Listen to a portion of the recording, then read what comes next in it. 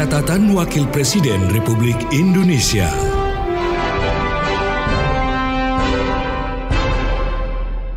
Wakil Presiden Ma'ruf Amin berharap keberadaan masjid dan rumah sakit berkelas internasional dapat membawa kemaslahatan bagi masyarakat sekitar.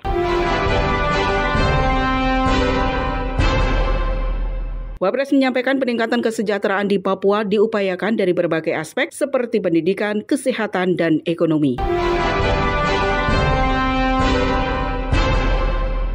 Saya juga akan menghadirkan berbagai informasi lainnya terkait kunjungan kerja Wakil Presiden ke Papua sejak tanggal 9 hingga 13 Oktober 2023.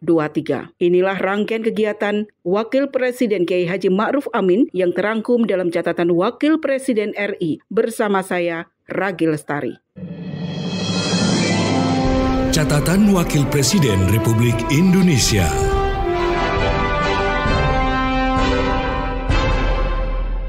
Senin 9 Oktober 2023, Wakil Presiden Ma'ruf Amin menghadiri peletakan batu pertama pembangunan Masjid Hajah Andi Nur Hadi dan Andi Amran Sulaiman International Hospital di Makassar, Sulawesi Selatan. Masjid Hajah Andi Nur Hadi dirancang dengan kapasitas 20.000 jemaah. Masjid ini diharapkan tidak hanya berfungsi sebagai tempat ibadah, tetapi juga menjadi pusat pengembangan peradaban Islam di kawasan timur Indonesia. Nama Hajah Andi Nur Hadi diambil dari nama ibu kandung dari pendiri Masjid Andi Amran Sulaiman yang sebelumnya merupakan Menteri Pertanian pada Kabinet Kerja periode 27 Oktober 2014 sampai 23 Oktober 2019.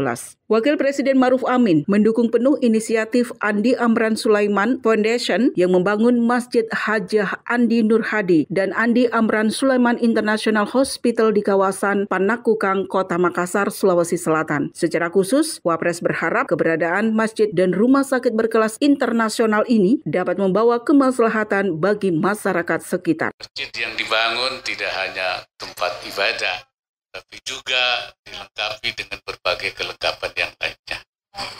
Karena masjid memang mestinya bukan hanya untuk ibadah, tapi masjid adalah pusat pembinaan, pusat dakwah, pusat perbaikan. Seperti juga masjid yang dibangun oleh Rasulullah di Madinah, yang tadinya merupakan kota kecil yang bernama Yathrib, tapi setelah dibangun oleh Rasulullah, dimulai dengan pembangunan masjid Al-Madinatul Munawwarah. Kemudian Madinah menjadi pusat peradaban dunia, ya, yang membawa perubahan-perubahan besar dalam perbaikan dunia.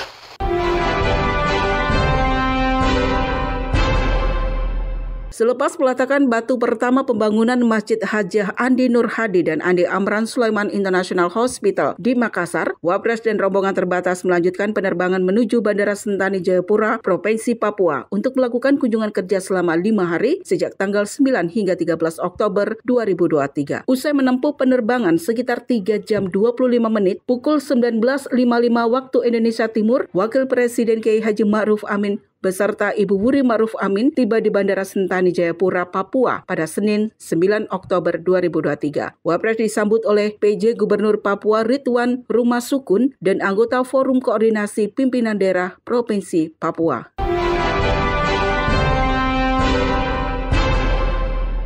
Selasa 10 Oktober 2023, Wakil Presiden Ma'ruf Amin memulai aktivitasnya berkantor di Papua. Ia pun menyampaikan kesan pertamanya bahwa berkantor di wilayah paling timur Indonesia ini sebagai suatu yang positif dan menyenangkan. Menurut Wapres, pada hari pertama aktivitasnya di Papua ini, dirinya telah mengadakan pertemuan yang konstruktif dengan berbagai komunitas. Salah satunya pertemuan penting dengan para tokoh pegiat kemanusiaan, hak asasi manusia atau HAM, dan perdamaian. Selain itu juga bertemu dengan tokoh gereja dan pengusaha lokal untuk mendengarkan berbagai perspektif yang berbeda tentang pembangunan di tanah Papua. Wapres kembali menyampaikan bahwa suasana kantor di Papua sangat menyenangkan dan positif, sehingga ia berkomitmen untuk terlibat lebih dalam pada dialog-dialog produktif dengan masyarakat dan tokoh Papua untuk mencapai perubahan yang signifikan di wilayah Papua.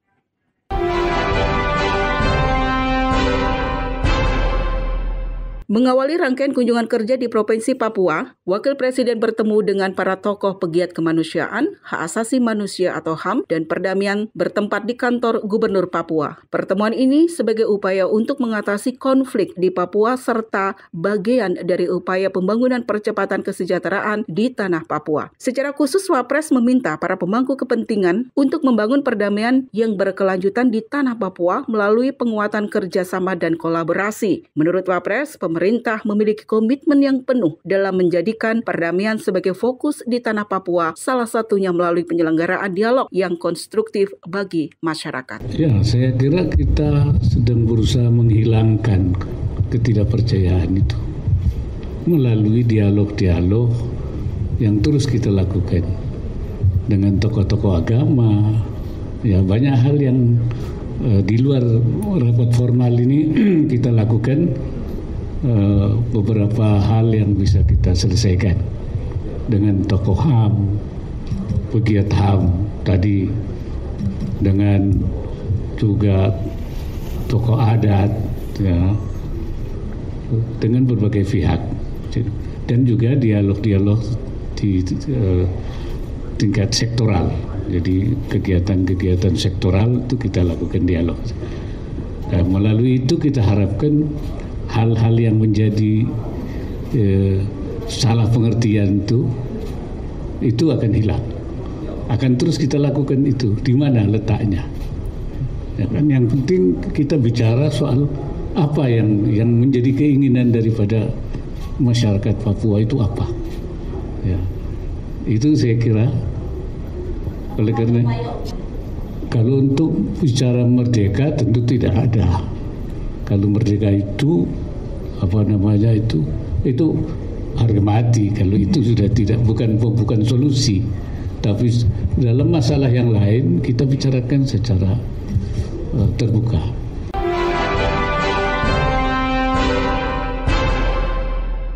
Kementerian Pendidikan Kebudayaan, Riset dan Teknologi atau Kemendikbudristek telah menerbitkan Permendikbudristek nomor 44 tahun 2023 tentang program percepatan pemenuhan kebutuhan guru melalui pendidikan guru di Provinsi Papua.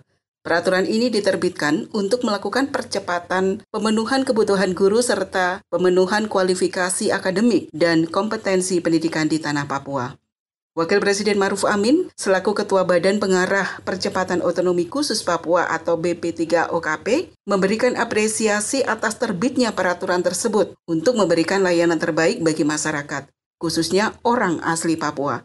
Hal ini disampaikan saat menghadiri rapat koordinasi Badan Pengarah Papua atau BPP terkait progres kesiapan perencanaan dan pelaksanaan pembangunan sentra Sarpras Pemprov di 4 daerah otonomi baru di Papua dan kebijakan pendukung lainnya di kantor Gubernur Papua. Adanya usulan ini juga dari pengurus gereja untuk mencetak pengajar dari gereja sehingga dapat menambah tenaga di bidang pendidikan. Saya mengapresiasi Mendikbudristek atas terbitnya Permendikbudristek nomor 44 tahun 2023 tentang program percepatan pemenuhan guru melalui pendidikan guru di Provinsi Papua. Ini ada usulan dari Dewan Gereja untuk bisa mendidik guru-guru yang dibolehkan supaya mencetak guru-guru mandiri di Papua yang diselenggarakan oleh gereja. Dan setelah kita fasilitasi, ini sudah keluar. Ya, permennya itu nomor 44 tahun 2003. Kita harapkan terobosan peraturan ini menjadi salah satu solusi untuk menjawab permasalahan ketersediaan tenaga pengajar di wilayah Papua. Tadi juga disampaikan oleh para pegiat HAM bahwa ada ketidakseimbangan ya, di daerah yang maju pendidikannya itu hanya di Sorong dan di Jayapura, sedang di daerah lain-lainnya. Dan tentu kuncinya adalah guru, ketersediaan guru. Kita sudah mencoba untuk menyiapkan itu.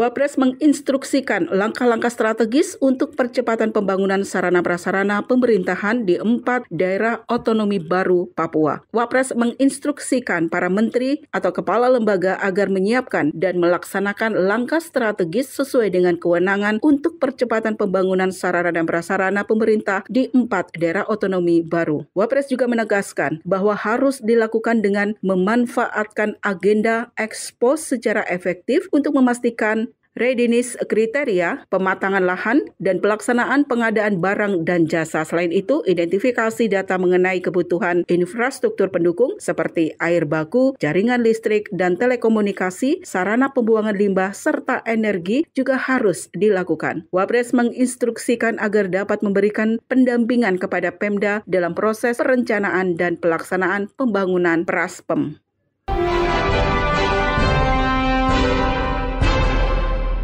Dalam kesempatan ini, Wapres juga memberikan keterangan media terkait isu di tanah air. Menanggapi pertanyaan awak media terkait kekhawatiran terhadap kelancaran dan kondusivitas penyelenggaraan pemilu 2024 di Papua, khususnya karena masalah keamanan, Wakil Presiden Maruf Amin memastikan bahwa persiapan pemilu 2024 di wilayah Papua sudah matang.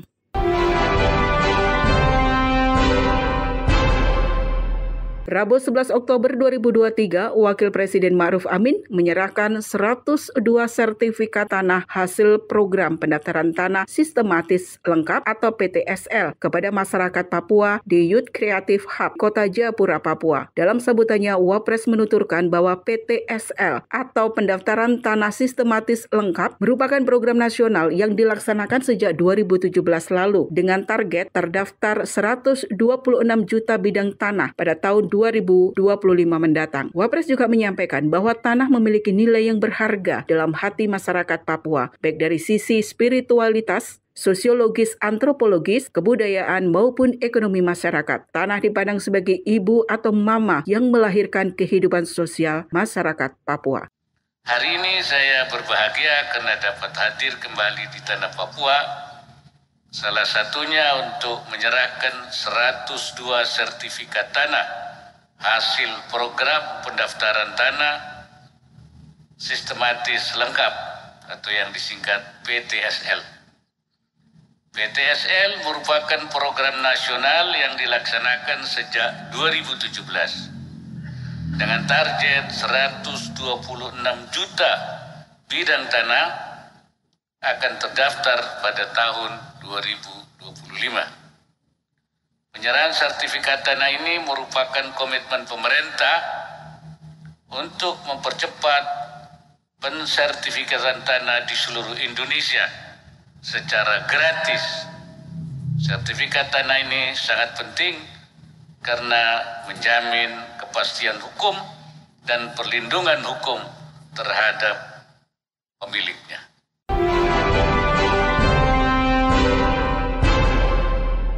Wapres juga menerima Persekutuan Gereja-Gereja Papua atau PGGP, PGG Papua Barat, dan Papua Christian Center di ruang pertemuan ruang Yuteva, Suni Hotel and Convention, Abepura, Papua. Saat pertemuan, Wapres menyampaikan bahwa pemerintah melalui Kementerian PUPR akan membangun gedung Papua Christian Center atau PCC.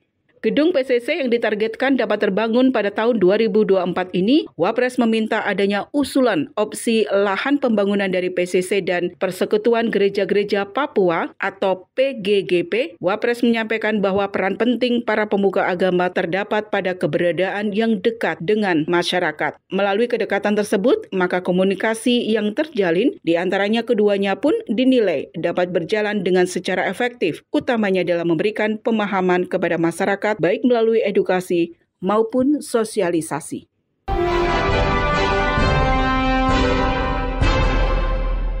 Wapres juga berdialog dengan tokoh olahraga Papua di Stadion Utama Papua Bangkit Nolokla, Kecamatan Sentani Timur, Kabupaten Jayapura, Provinsi Papua. Wapres juga sempat dialog dengan anak-anak Papua yang sedang melakukan pelatihan sepak bola. Wapres akan meminta para pemangku kepentingan dapat meningkatkan koordinasi guna mempercepat jalinan kerjasama dalam menyikapi ragam persoalan olahraga di Papua. Berikut arahan Wakil Presiden Ma'ruf Amin di hadapan tokoh olahraga Papua. Di Papua Papua memang banyak talenta, baik di sepak bola maupun di cabur yang lain. Dan masyarakat Papua memang cinta olahraga. Bahkan di Papua saya dengar ada lapangan timbul tenggelam. Mungkin di daerah lain tidak ada. Di sini ada katanya, kata Pak Wamen itu, ada lapangan di sini timbul tenggelam. Kalau lagi ada airnya itu berhenti. Tapi kalau lagi nanti airnya surut, jadi lapangan bola yang timbul tenggelam. Saya pernah bertemu dengan anak SD, saya berbincang-bincang dalam kunjungan saya yang lalu. Saya tanya, kamu kalau nanti besar mau jadi apa? Mau jadi wali kota, bupati, gubernur, presiden? Tidak. Mau jadi apa? Mau jadi pemain bola katanya. Artinya itu olahraga itu dia apa? Oleh karena itu saya pikir memang pembangunan olahraga di Papua itu harus dioptimalkan. Saya kira yang patut disyukuri ya punya stadion yang megah.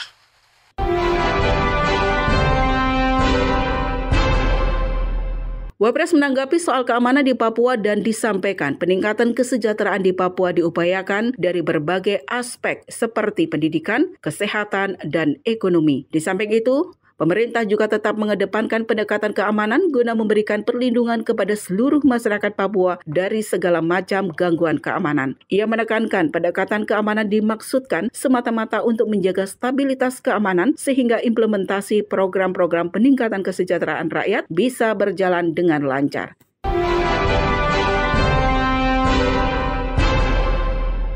Di hari yang sama, Selasa 10 Oktober 2023, Ibu Hajah Wuri Ma'ruf Amin meresmikan Kantor Dewan Kerajinan Nasional Daerah atau Dekranasda Provinsi Papua Barat Daya yang berlokasi di Jalan Basuki Rahmat, kilometer 95, Kota Sorong, Papua Barat Daya. Ketua Umum Dewan Kerajinan Nasional Dekranasda Hajah Wuri Ma'ruf Amin meminta Dekranasda untuk terus membangun ekosistem yang mendukung tumbuhnya kreativitas dan inovasi. Selain itu, Ibu Wuri menekankan penting bagi UMKM untuk memenuhi legalitas usaha dengan memiliki nomor induk berusaha atau NIB yang saat ini sangat mudah dilakukan dengan adanya kebijakan peningkatan kemudahan berusaha melalui mekanisme perizinan berusaha berbasis risiko. Pelaku usaha UMKM Kria tidak hanya menciptakan produk bernilai ekonomi, tetapi juga mewariskan kekayaan budaya dan tradisi bangsa Indonesia hingga dikenal dunia. Kemajuan Kria Nusantara ini tidak terlepas dari adanya peran kreativitas dan inovasi. Kita dapat mempertahankan kekayaan budaya Indonesia melalui kreativitas dan menghadapi tantangan zaman yang terus berubah dengan inovasi. Begitu pula di Provinsi Papua Barat Daya ini, tidak hanya terkenal akan keindahan alamnya, tetapi juga kekayaan potensi dan keindahan produk kerajinan tangan khas Papua Barat Daya seperti noken, tifa, dan berbagai hasil anyaman.